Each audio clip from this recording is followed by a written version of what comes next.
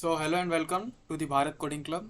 तो आज हम एक क्वेश्चन देखने वाले हैं जो कि मैक्सिमम सब एरे का है। जो कि काफ़ी फेमस क्वेश्चन और एक स्टैंडर्ड क्वेश्चन है। कई क्वेश्चन में इसका यूज आता है। ठीक है, तो सबसे पहले समझते हैं कि ये क्वेश्चन है क्या। ठीक है, अगर आपको क्वेश्चन के बारे में पहले से पता है तो आप स्किप कर सकते हैं। ठीक है, तो क्वेश्चन ये बोला है कि आपके पास एक एरे दिया हुआ है। ठीक है, एक एरे दिया हुआ है, वो मान लीजिए कुछ इस प्रकार से 1 2 3 -2 4 -7 9 1, ऐसा कुछ तो दिया है। ठीक, -1। ये एक एरे दिया हुआ है। अब बोल रहा है कि इसका एक सब एरे निकालिए। इसके बहुत सारे सब एरे हो सकते हैं। ठीक, सब एरे मतलब कंटिन्यूअस पार्ट, एक हो सकता है, 1 2 हो सकता है, 1 3 -2 हो सकता है, 1 2 3 -2 हो सकता है। ठीक, तो ये एक सब एरे है। यहाँ से ये मैं रैंडम यहाँ से भी उठा लूँ, 4 -7 9, ये भी एक सब एरे है। 9 1, ये भी एक सरे है। 9 खुद में एक सब एरे है। ठीक है, 9 1 -1, ये भी एक सब एरे है। तो मैं ऑल पॉसिबल सब एरे निकालूँ और उसमें से जो जिसका सम सबसे ज़्यादा हो वो मुझे रिटर्न करना है। ठीक है, तो इस केस में जैसे मान लीजिए मुझे करना रहेगा, तो मैं कैसे करूँगा देखते हैं। मान लीजिए मैं ये एरे लेता जाऊँ, ये कंटिन्यूअस पार्ट, तो इसका आ जाएगा 6। क्या और भी पॉसिबल है एरे? मैं ये पूरा अगर ले लूँ तो 6 -2 चला गया, यहाँ पे 4 हो गया, फिर यहाँ पे 8 हो गया। ठीक, तो इतने तक का कितना हो गया, 8 हो गया। ठीक है, तो यहाँ पे मैं घटा दूंगा तो ख़त्म हो जाएगा। ये कितना हो जाएगा, यहाँ तक अगर पूरे का ले लूँ तो 1 हो जाएगा। ठीक, फिर मैं इसको भी ले लूँ तो 10 हो जाएगा, फिर इसको भी ले लूँ तो 11 हो जाएगा, और इसको ले लूँगा तो वो कम हो जाएगा। ठीक, वो 10 हो जाएगा। ठीक, तो अब तक का मैक्सिमम मुझे 11 मिल गया, तो मेरा आंसर हो जाएगा 11। ठीक है, मान लीजिए और ले लेते हैं। 1 2 -4 9 3 -13 और 7 1 4 3 -8। ठीक, ऐसा कुछ तो है। ठीक, फिर मैं ये इसको ट्राई किया तो ये आ गया 3। फिर मैं इसको ले लिया तो ये 3 और -4 मिलके क्या हो गया, -1 हो गया। तो मैं चाहूँगा कि ये ना लूँ। ठीक, माइनस हो जा रहा है। ठीक, तो फिर यहाँ तक का पॉसिबल मैक्सिमम पॉसिबल आंसर क्या था, 3। ठीक, यहाँ तक का मैक्सिमम पॉसिबल 1, यहाँ तक का 3, यहाँ तक का भी मैक्सिमम पॉसिबल आंसर 3।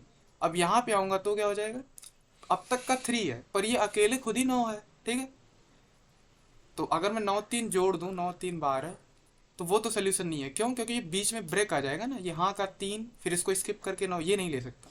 अगर मैं ये पूरा सवेरे ले सकता हूँ, ये सवेरे नहीं ले सकता। ठीक, तो 13 तो आंसर, 12 तो आंसर नहीं है। ठीक है, तो 9 आंसर होगा, यहाँ तक का आंसर 9 होगा। फिर मैं इसे ले लिया तो 12 हो गया। फिर अब यहाँ पे आके देख रहा हूँ कि मेरे अब तक के मैक्स को ये अकेले ख़त्म कर दे रहा है। ठीक, तो मैं इसको इग्नोर करूँगा, इसको नहीं लूँगा। ठीक है, तो 12 ठीक है। फिर यहाँ पे आया ये, अब मैं इसको छोड़ दूंगा। ठीक, अब तक का मैक्सिमम 12 हो गया, पहले कितना था 3, अब 12, 12 पे शिफ्ट कर गया। अब यहाँ पे देखा मैं 7, फिर यहाँ तक का मैक्सिमम 13 ही है, लेकिन इंडिविजुअल मैं यहाँ पे निकालूँ, क्या ये आगे बढ़ते हुए ये कभी ऐसा हो सकता है कि मैक्सिमम सब निकाल पाए। ठीक, तो यहाँ पे 7 हो गया। फिर यहाँ पे मैं इसको ले लूँ तो 8, ये ले लिया 12, ये चीज़ लेके चल रहा हूँ। ठीक, फिर 12 3 15, तो ये अब तक का मैक्सिमम 15 आ गया। इसको जोड़ूंगा तो कम हो जाएगा। ठीक, तो अब तक का मैक्सिमम 15 आ गया। ठीक, तो मेरा मैक्सिमम क्या हो जाएगा, 15। मुझे रिटर्न क्या करना रहेगा, 15। ठीक, तो अब तक तो ये समझ में आ गया होगा कि मैं एक ब्लॉक का सम ले रहा हूँ और कोई ऐसा नंबर आ जा रहा है जो कि उसको पूरा ही डिक्रीज कर दे रहा है, तो मैं उसको लेना पसंद नहीं करूँगा। जैसे क्या हुआ कि मैं यहाँ पे दिखाता हूँ।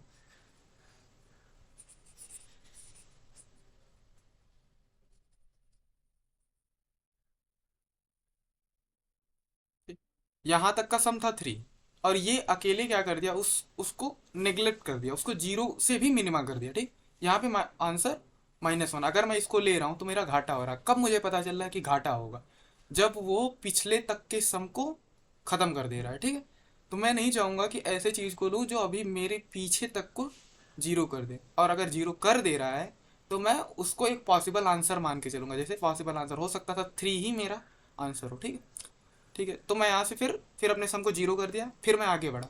ठीक, अब यहाँ पे मैं 9 को लिया, फिर 3 को लिया, फिर ये 12 हो गया। फिर यहाँ पे एक हर्डल आया, ये अब तक के सम को ये अकेले ख़त्म कर दे रहा है ना, अकेले ख़त्म कर दे रहा। तो मैं अब पॉसिबल आंसर 12 को मान लूँगा। ठीक, 3 और 12 में से बड़ा कौन, 12, तो मैं 12 को अब लेके चलूँगा, 3 तो ख़त्म। ठीक, ये अकेले ख़त्म कर दे रहा है, तो मैं इसको लेके, इस 12 को लेके आगे नहीं जा सकता, तो मैं इसको छोड़ दूंगा पीछे। राइट, अब फिर नया पॉसिबिलिटी लेके चलूँगा मैं। फिर यहाँ पे 7, फिर 8, फिर 8 4 12, 12 3 15, 15। राइट, तो अब इसको लेके मैं आगे बढ़ रहा हूँ, तो ये मेरा पॉसिबल आंसर है। क्या पॉसिबल आंसर सही है? हाँ बिल्कुल सही। अब देखिए, इसी में अगर ये रहता, मान लीजिए यहाँ पे -1 रहता है, 9 3 -13 7 1 4 3 -8। अब देखिए सिर्फ एक चेंज से क्या फ़ायदा होगा। देखिए मैं यहाँ पे ना -3 लेके चलता हूँ। देखिए -1 से भी करेंगे। ठीक है, अब ये आ गया 3, ये आ गया 0, कोई दिक्कत नहीं, मैं इसको लूँ चाहे ना लूँ कोई फर्क पड़ने वाला नहीं है, क्योंकि यहाँ तक तो 0 होगा, इसको लूँगा तो भी 0 ही आगे इंक्लूड होगा। ठीक, फिर 9 3 12, फिर यहाँ पे ख़त्म, यहाँ पे मैं आगे बढ़ूंगा ही नहीं, इसको लूँगा ही नहीं। -13 क्यों लूँ? ठीक, -13 लेने से -1 हो जाएगा सम, तो मैं लूँगा ही नहीं। फिर आगे पॉसिबिलिटी लेके यहाँ पे 15 बन जाएगा। ठीक, अगर यहाँ पे 1 रहता तो 1 रहने से बहुत बहुत कुछ चेंज हो जाएगा। देख, यहाँ तक का सम 3, फिर इसको लेने से 2, मेरा सम डिक्रीज हुआ है पर अभी भी पॉजिटिव है। मैं एक वेरिएबल रहेगा जो अब तक के मैक्सिमम को स्टोर करेगा। अब तक के मैक्सिमम, अब तक का मैक्सिमम क्या है? 3, पर मेरा अभी करंट सम क्या चल रहा है? मेरा करंट सम क्या चल रहा है? 2। ठीक, अभी नेगेटिव नहीं हुआ है सम, तो मैं इसको छोड़ूंगा नहीं। मैं चाहता हूँ कि ये 2 आगे किसी को जोड़ के ये चीज़ें बढ़ाए। ठीक, आगे के सम को वो बढ़ाए, आखिर 2 है वो तो बढ़ाएगा ही, सम पॉजिटिव है तो वो बढ़ाएगा ही। तो मैं इस 2 को आगे लेके चलूंगा। ठीक, ये 9 3 12 हो रहा था, उसमें मैं ये 2 को लेके चलूंगा। ठीक, ये 9 और 2 11। अब देखिए अब तक का मैक्सिमम क्या था? 3, अब क्या हो गया? 11 हो गया। राइट, फिर इसको मैं जोड़ लूंगा तो 11 3 14 हो जाएगा, तो अब मैं 14 हो जाएगा। अब ये 13 इस 14 को नहीं काट पाएगा पूरा पूरा, है ना। ये जो 13 है ये पूरा पूरा काट नहीं पाएगा, -13 पूरे 14 को काट नहीं पाएगा। कितना कर देगा? 1 कर देगा। क्या मैं इस 1 को लेके आगे चलूंगा? हाँ बिल्कुल लेके चलूंगा, क्योंकि ये फ्यूचर पॉसिबिलिटी में 1 बढ़ाएगा ही, है ना, घटाएगा तो है नहीं। तो मैं इसको आगे लेके चलूंगा, जब तक ये नेगेटिव ना हो जाए तब तक मैं आगे लेके चलूंगा। ये आगे बढ़ाएगा ही चीज़ों को। ठीक, तो अब मैं यहाँ पे लेके आया तो 8 हो गया। फिर यहाँ पिछली बार क्या कर रहा था? यहाँ पे क्या कर रहा था? यहाँ पे नेगेटिव कर दे रहा था, तो मैं इस पॉसिबिलिटी को छोड़ दे रहा था। अब नई पॉसिबिलिटी यहाँ से क्रिएट कर, यहाँ पे मैं लेके चलूँगा। फिर 8 1 9 9 4 13 13 3 16। राइट, तो अब मेरा आंसर जो है वो 16 होगा। राइट, क्योंकि मैं पीछे के पॉसिबिलिटी को कब लेके चल रहा हूँ? जब वो निगेटिव नहीं हो रहा, वो पॉजिटिव सेंस में चल रहा है आगे। ठीक, तो अब तक समझ में तो आ गया होगा कि मेरे पास 2 वेरिएबल होंगे, एक करंट सम लेके चलता रहेगा। करंट सम कब कब मैं लेके चलूंगा? अगर वो पॉजिटिव आ रहा है। जैसे ही नेगेटिव आया मैं वापस उसको 0 कर दूंगा, मैं कहूँगा भाई तेरी ज़रूरत नहीं है। ठीक, तो इसका एक कोड, एक नॉर्मल कोड लेके चलते हैं, या मैं इसको, ठीक है एक कोड लेके चलते हैं। ठीक, कोड जैसे कि मान लीजिए एक तो मुझे क्या चाहिए? एंड करंट सम, करंट सम को मैं 0 से इनिशियलाइज करूंगा। राइट, फिर इंट आंसर, आंसर में क्या होगा? ये जो मेरा मेरा जो आंसर है जो वेरी कर रहा है, उसमें जो भी मेरा मैक्सिमम पॉसिबल आंसर आएगा मैं उसको स्टोर करूँगा। ठीक, तो मैं शुरू में सबसे मिनिमम मान लेता हूँ, इंट मिन, फिर मैं लूप चलाता हूँ, I equal to 0, I less than array dot size तक मैं जाऊँगा, फिर आई प्लस प्लस कर दूंगा। और ये करने के बाद मैं करंट सम में जो भी अभी का एरे का पोजीशन, अभी जो एलिमेंट है,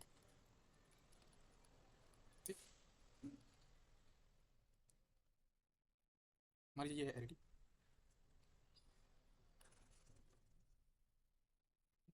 करंट सम में ए आई जोड़ा, करंट सम 0 था उसमें ए आई जोड़ दिया मैं। ठीक, तो ये जुड़ के 1 हो गया। फिर मैं आंसर को क्या करूँगा? मैक्स ऑफ आंसर कॉमा क्या किससे कंपेयर करूँगा? अपने करंट सम से करूँगा। ठीक, ऐसा करने से क्या होगा? ठीक है, देखते हैं। फिर इफ़ कहीं पे ऐसा हो जा रहा है कि current sum less than zero हो जा रहा है, तो मैं वापस से कहूँगा भाई तू जीरो हो जा, तेरी ज़रूरत नहीं है, जब जो भी अब तक का सम लेके तू पीछे से आ रहा है मुझे नहीं चाहिए, उसको मैं वापस से जीरो करूँ। ठीक, ये कोड एब्सोल्युटली रन कर जाएगा। ठीक है, इसको हम अभी लीड कोड पे रन करके फिर देखते हैं, राइट। हाँ, तो इसका लीड कोड पे एक बार सोल्यूशन देख लेते हैं। ठीक है, मतलब इसको सबमिट करके देख लेते हैं। ठीक, तो सबसे पहले मुझे क्या वेरिएबल चाहिए था, इन जो कि करंट सम मेरा बताता रहे। ठीक, करंट सम इक्वल्स जीरो। ठीक, और एक मेरा, मैं इसको पहले बड़ा कर देता हूँ। ठीक, और एक इंट आंसर। ठीक, आंसर इक्वल इंट मिन। इंट मिन नहीं, मैं नम्स जीरो से भी कर सकता हूँ, कुछ भी कर सकता था, कुछ भी नहीं कुछ भी नहीं कर सकता, या तो नम्स जीरो रख लो या तो इंट मिन रख लो। ठीक है, फिर मैं for int I equals zero और I less than nums dot size.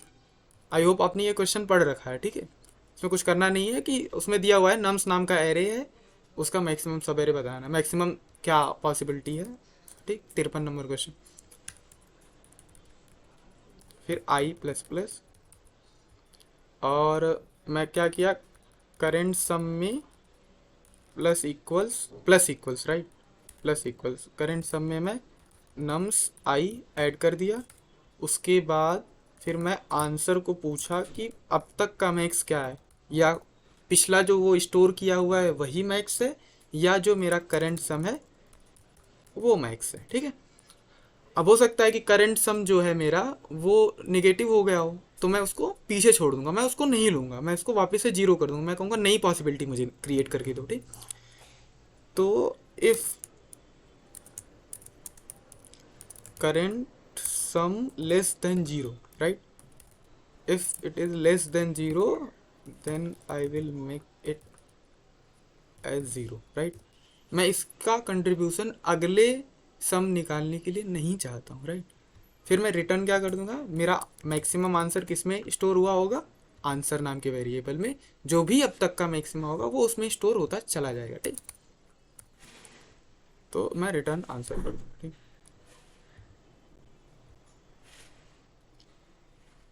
तो ये तीनों एक्सेप्टेड है, फिर मैं इसको सबमिट कर देता हूँ, और सबमिटेड, राइट। ठीक है, तो इसको एक बार डिटेल में आप लाइन बाय लाइन देख लेते हैं कि कैसे काम कर रहे हैं। ठीक है, आई होप कि आपको वो सोल्यूशन समझ में आ गया होगा।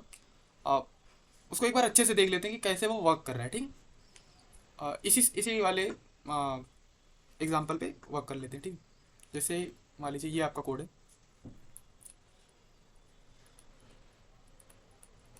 करेंट सम, ये सबसे अच्छा तरीका है डीबग करने का, या क्या प्रोग्राम में चल रहा है, इस तरह से मैं सारे वेरिएबल को अगर लिख लूँ तो वो थोड़ा अच्छा रहता है, वो चीज़ें चीज़ें सामने दिखती हैं। ठीक, तो सबसे पहले आई इक्वल टू जीरो पे क्या हुआ होगा, आई इक्वल्स जीरो पे क्या हुआ होगा उसको देखते हैं। ठीक है, आई इक्वल्स जीरो पे क्या हुआ होगा, करेंट सम क्या हुआ होगा, करेंट सम पहले जीरो था, यहाँ पे आया जुड़ गया तो एक हो गया।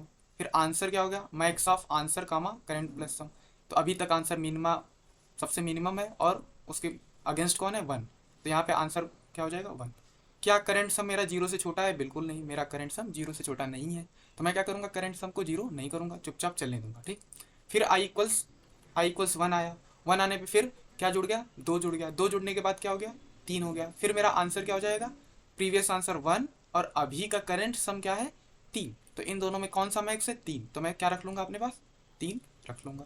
फिर मैं अगला लेके आया तीन, यहाँ पे तीन हो गया, मान लीजिए यहाँ पे 14 है ना, तो आसानी होगी समझने में ना।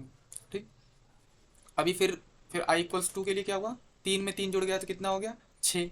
फिर करंट में आया, फिर छः जुड़ गया। फिर अगला एलिमेंट जब आया, अभी भी करंट सम क्या है, पॉजिटिव है, तो मैं करंट सम को जीरो नहीं करूँगा।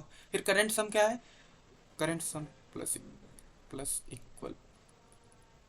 ठीक, तो अभी मैं इसको जोड़ूंगा तो क्या हो जाएगा, करंट सम क्या हो जाएगा, अब तक मेरा छः है, छः में मैं 14 जोड़ दिया तो कितना हो गया, -14 जोड़ दिया तो क्या हो गया, ये 8 हो गया। ठीक, तो करंट सम तो 8 हो गया मेरा, अरे सॉरी -8 हो गया। ठीक, ये -8 हो गया, और फिर मेरा आंसर क्या था, पहले प्रीवियस आंसर 6, अभी का करंट सम -8। इन दोनों में कंपेयर करूंगा, कंपेयर करने के बाद अभी भी मेरा मैक्सिमम पॉसिबल आंसर 6 है। ये बता रहा है कि यहाँ तक आने के बाद मेरा आंसर क्या है, मैक्सिमम आंसर पॉसिबल क्या था 6।